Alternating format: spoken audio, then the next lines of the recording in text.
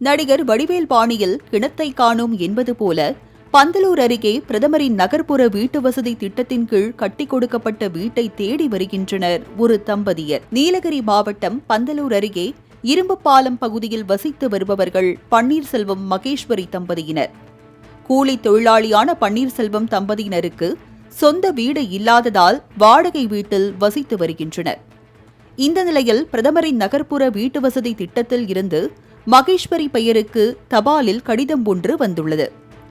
அனுப்புனர் முகவரியில் ஆங்கிலத்தில் பிரதான் மந்திரி ஆவாஸ் யோஜனா என குறிப்பிட்டு டெல்லியில் இருந்து அனுப்பப்பட்டுள்ளது.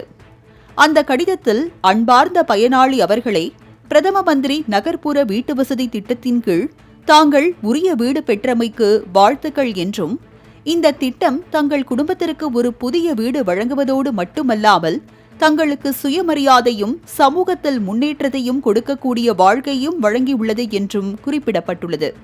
மேலும் நீங்கள் உங்கள் வீட்டை சுத்தமாக வைத்துக் கொள்வதோடு திடக்கழிவு மேலாண்மை, பாதுகாப்பான குடிநீர், எரிசக்தி சேமிப்பு மற்றும் மரம் நடுதல் போன்றவற்றில் முக்கிய கவனத்தை செலுத்துவீர்கள் என்று நான் நம்புகிறேன் என்றும் குறிப்பிடப்பட்டுள்ளது. கடிதத்தை கண்டதும் பிரதமரின் நகர்ப்புற வீட்டுவசதி திட்டத்தின் கீழ் கட்டிக் கொடுக்கப்பட்ட வீடு எங்கே என்று அந்த மூத்த தம்பதியினர் தேடி வருகின்றனர்.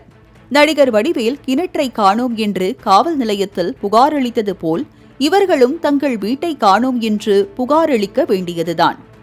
சொந்த வீடு, நிரந்தர வேலை, வருமானம் இன்றி வாடகை வீட்டில் தவித்து வரும் நிலையில் மத்திய அரசிடமிருந்து வந்துள்ள இந்த கடிதம் மேலும் அதிர்ச்சியை ஏற்படுத்தியுள்ளது. இவர்களுக்கு சொந்தமாக 5 சென்ட் நிலம் உள்ள நிலையில் அதில் வீடு கட்டுவதற்கு வசதியின்றி தவிக்கும் இவர்களுக்கு இந்த கடிதம் மேலும் வேதனையை அதிகரித்துள்ளது என்றுதான் சொல்ல வேண்டும். இது முகவரி மாறிவிட்ட சிறுபிழைதான் என்று காரணம் கூறினாலும், சொந்த வீடு இன்றி வீடு கட்ட வசதியும் இன்றி தவித்து வரும் இந்த ஏழை தம்பதிகளுக்கு இந்த கடிதம் வெந்த புண்ணில் வேலை பாய்ச்சுவது போல் இருந்துள்ளது.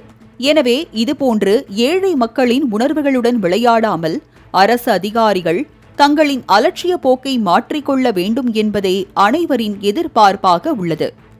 இந்த ஏழை தம்பதியருக்கு ஏற்பட்ட மன உளைச்சலுக்கு பிரதமரின் நகர்ப்புற வீட்டுவசதி திட்டத்தின் கீழ் வீடு கட்டி கொடுப்பதே ஒரு சிறந்த மருந்தாக இருக்கும்.